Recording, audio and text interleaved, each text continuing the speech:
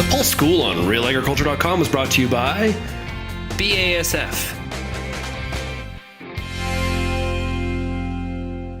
Hello, I'm Dale Leftwich with Real Agriculture. Today I'm with Mark Timbres. How are you doing today, Mark? Doing great, thank you. Mark, you are the plant manager here at the BASF Agricultural Specialties plant in Saskatoon. Yeah, that's correct, yes. What kind of products do you actually make here in Saskatoon? Well, we make two types of product. We make something called self-adhering peat, which a grower applies to their seed before they plant. And then we make another product called solid core granule, which the grower applies in furrow with the seed in an air seeder. So, and how long has this plant been around here? We've been at this location since 1998. However, we've been in Saskatoon since 1988 in various forms. This site has been part of BASF since 2012. So the granule and the peat are both live products that are used as inoculants, I guess, that's right? That's correct, yes. So when you're making inoculants, they're, as I said, they're live.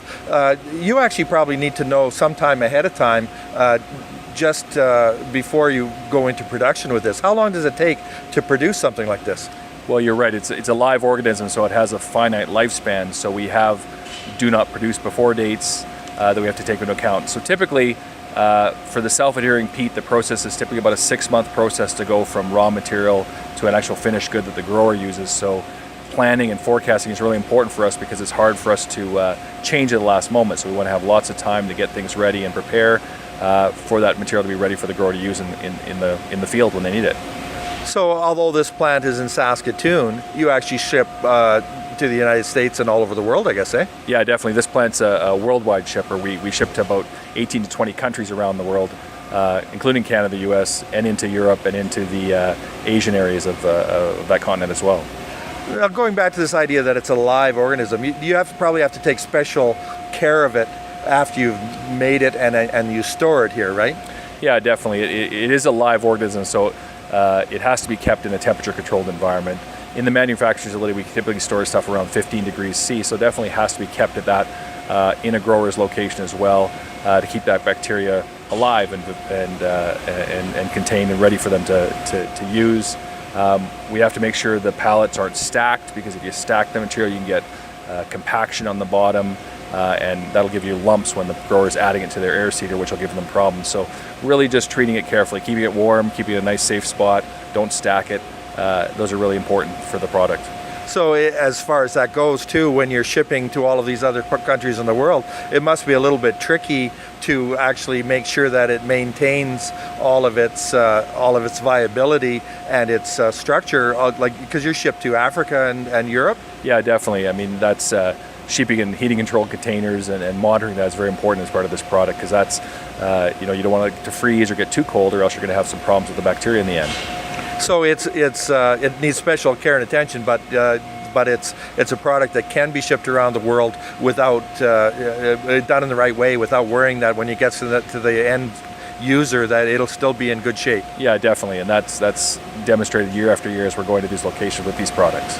So the other thing is back to this idea of also to the local producer in the United States or Canada. You also need to make sure that it's shipped to whatever warehouse in a proper way as well, I would guess. Yeah, definitely. It's in, once again, in heated containers, and the grower or the retailer must keep it in that same kind of condition. Don't stack it. Keep it above that around that 15 degrees C, so that bacteria stays happy until the grower needs it. Yeah, happy is the right word for it, right? Yeah, definitely. And so these bacteria and the peat are stored in special bags and that kind of thing too, I guess, right? Yeah, definitely. The solid core granule is in a breathable bag. There's moisture in the product as part of the process, so we want to make sure that moisture is allowed to kind of percolate out of the bag and keep it from getting condensing on the inside of the inside of the bag. Yeah. And that, if it does that, you can have problems. That's what we talk about, keeping it above temperature. We get some condensing inside the bag. You can get some clumping or some sticking together of the particles, which will give you problems during the application process.